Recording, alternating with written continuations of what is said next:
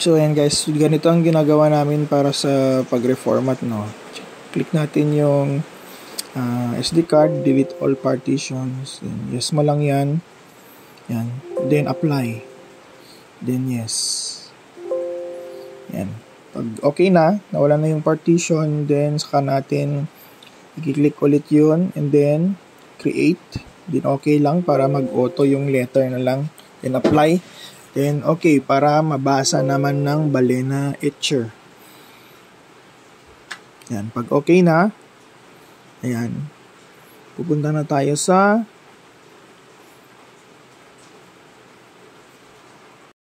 dun na tayo sa files.wi5.soft para makakuha ng image.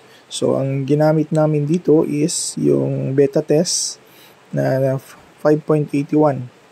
So, dun sa hilera ng Opy 5 is click ko lang yung link kasi hindi ko siya i-download. Pwede yun. Then, pupunta ka sa Balena. Search mo yung Balena gamit ang everything. Gumagamit po kami ng app na everything. Yan. Then, double click mo lang pag meron na yung exe file. Then, instead na flash from file, kasi hindi mo naman siya di-download, yan, instead na flash from file, is flash from URL ka. Yan. Then, sa valid URL, lagay mo yung kinapi mo na link ng Opy 5. Then, i-okay mo na yan. Katapos mong i-okay is select target ka na.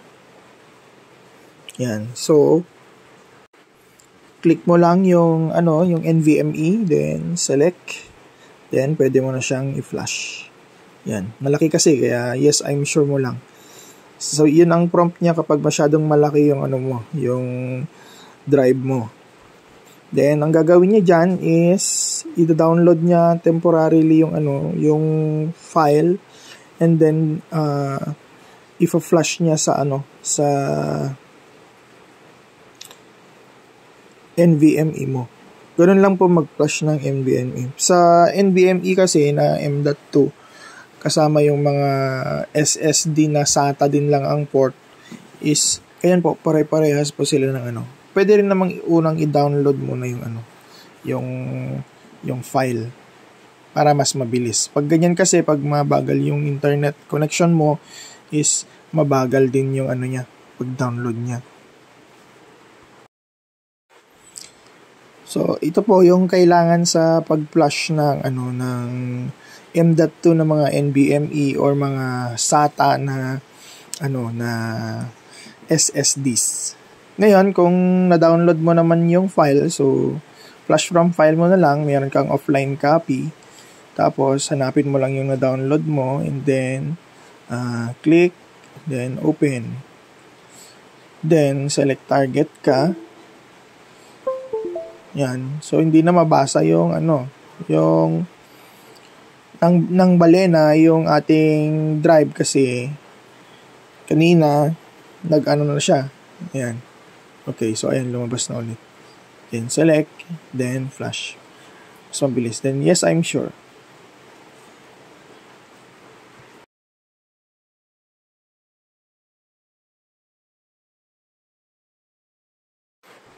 Ayan, kung mapapansin nyo, kanina is after ng starting is decompressing siya. Ngayon, hindi na. Nag-direct na siya sa flashing. Ayan po ang isang advantage naman pag meron kayong offline copy ng inyong flash image.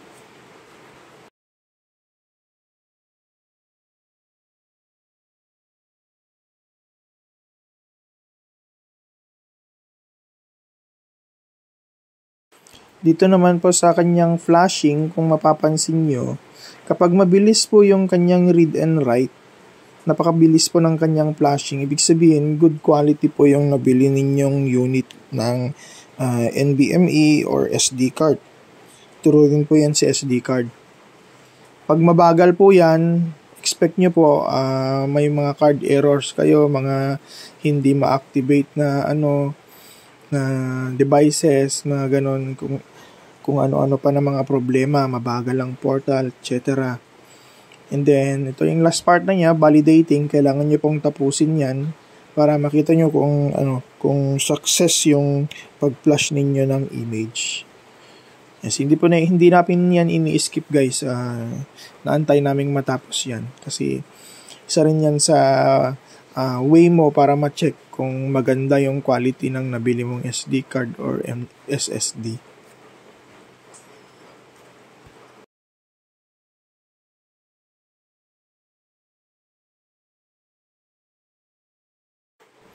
And pagkatapos ng ma-flash, babalik ka sa i-refresh natin doon sa app ng mini partition.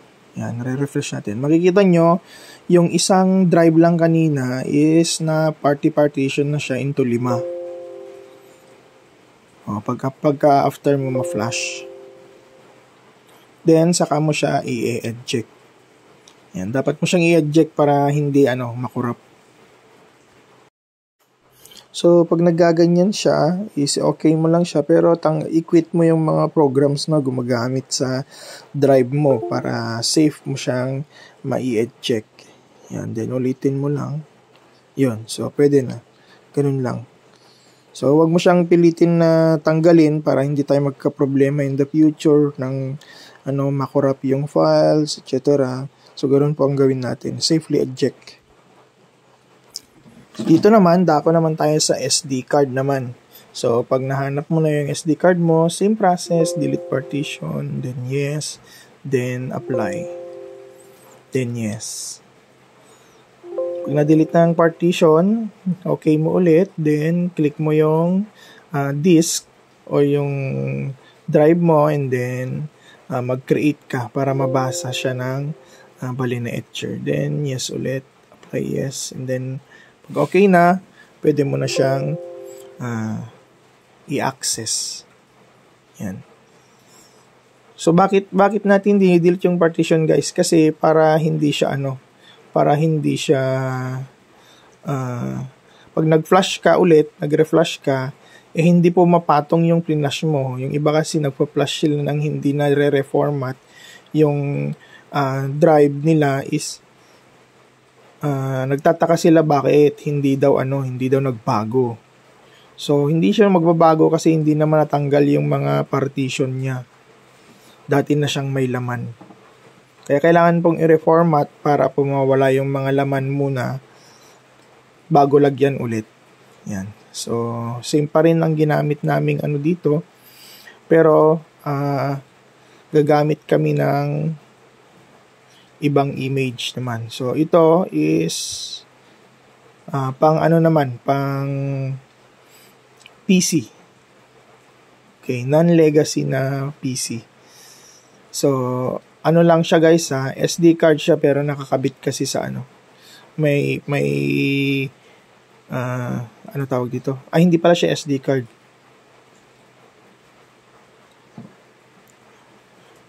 M-SATA pala siya, M-SATA. Tama, M-SATA na 16 GB. Ayan, so since meron akong offline version, yun na lang ang i-install ko.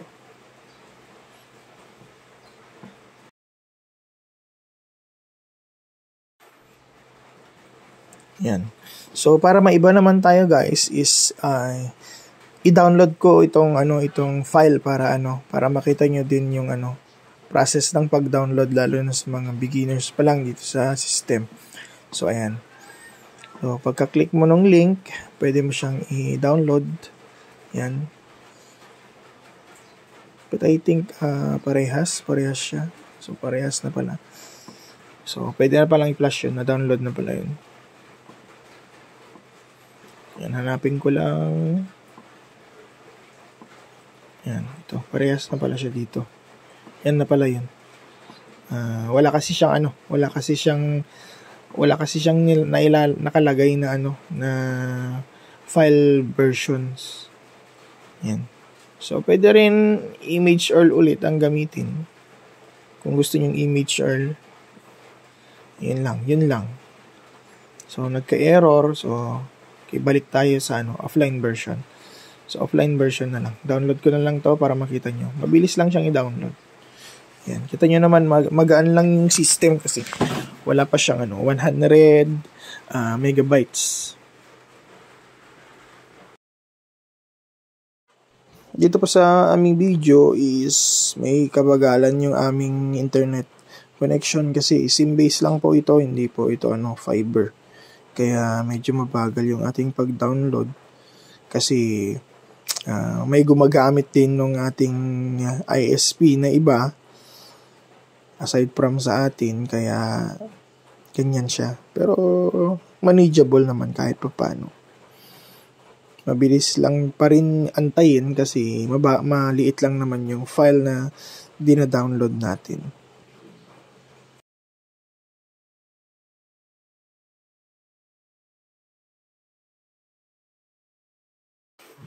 Yan. So, pag meron na, yan, hanapin mo na yung file and then click open para ma-flash. Sa pagpa-flash naman ng mga mSATA guys, is kailangan nyo lang naman is SATA to USB. Yun lang naman kailangan natin dyan. So, yung mga nagtatanong kung paano mag-flash ng mga mSATA na na SSDs, yun lang po ang kailangan ninyo. SATA converter na ilalagay mo sa may conversion papuntang USB. Yung sa NVMe naman, kailangan mo din ng NVMe to USB. So, ang gamit kasi namin dito is yung may Type-C na M.2. Yan, after ma-flash, same process naman po yan lahat. Mini PC, SD card, mSATA, kung hard drive, gumagamit din kayo ng hard drive, ganun din ang kailangan ninyo. SATA port papunta sa USB.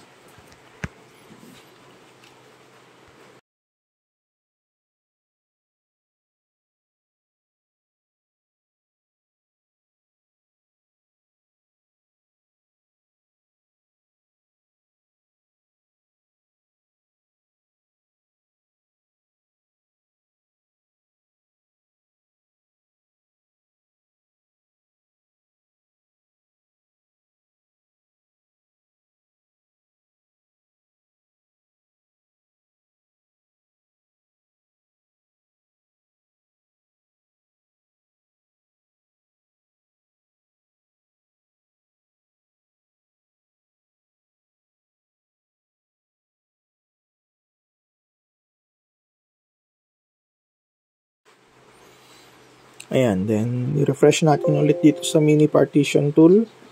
Yan, naging 3 na siya. O, kita nyo, kapag PC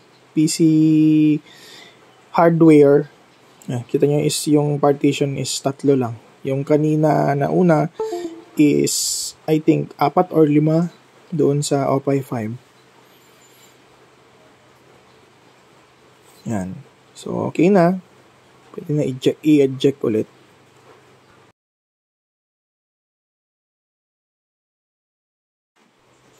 Lastly, ito namang SSD pa rin, pero pang naman tayo, pang mga non-legacy or EFI, yung mga bago-bagong mga mini PCs. So ayan, delete ko yung aking SATA. SATA po kasi yung gamit namin dito. And create, and okay, then apply, and yes.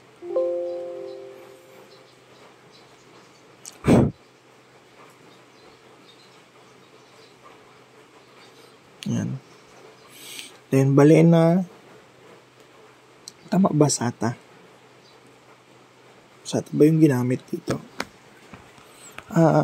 Anyway, SATA man, SD card man, or M.2 kasi pare-parehas naman yan. So, basta makita lang ninyo yung process ng pag-flash guys, para hindi kayo tanong ng tanong sa group. Ito po yung unang part ng ng business ng Bendo. So dapat marunong ka mag-flash and reflash.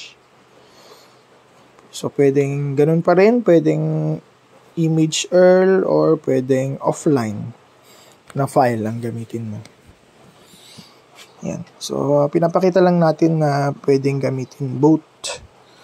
Pero yung pangalawa kanina is nagka-error siya. Kaya kinancel natin. So, ito pwede siyang i-online. Yan. So, para hindi tayo masyadong matagalan sa video, is yung offline na lang natin ang gamitin natin.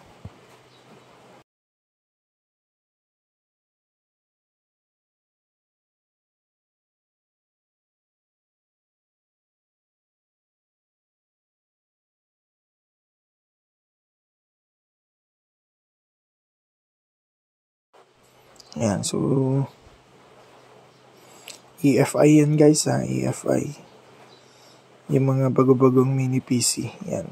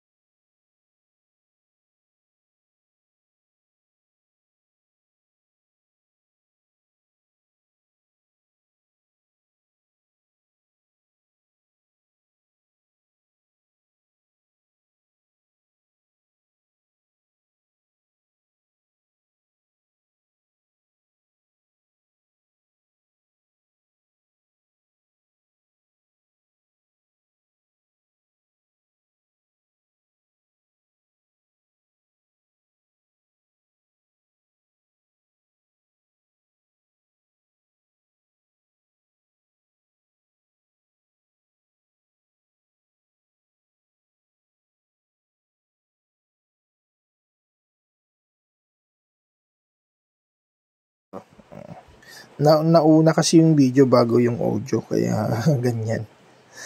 So, kita nyo, ang tagal nung niya muna, yung decompressing part niya. Dino-download pa niya kasi yung file image. Yan ang tagal. So, yung internet connection ang magpapabagal sa'yo dito. Yan. Pero kahit pa paano, versus other systems, mabilis pa rin yan. Yung sa ibang system kasi is yung mada-download mo is zip file. So, kailangan mong i-decompress yun, i-extract mo yung .img file nila doon. Tapos, yun ang ipa-flash mo. Ito kasi pwede na siyang diretso. Isang advantage naman ng Wi-Fi BS. So, ayan. O, ayan, nagpa-flash na siya. Ang bilis ng read and write. O, ganun lang kabilis yung flashing part. At yung validating. So, ibig sabihin, maganda yung yung gamit na mSATA or mSATA ba ang gamit dito or NVMe. Ayan. So, refresh lang natin ulit. Ayan. So, 4 ulit yung partition niya. Okay, EFI. So, quit program para ma-eject natin. Ayan. Then, safely eject. Yan. Pag okay na, sabi, yan, pwede mo nang tanggalin. Visit Linkvertise.net and earn money through links now.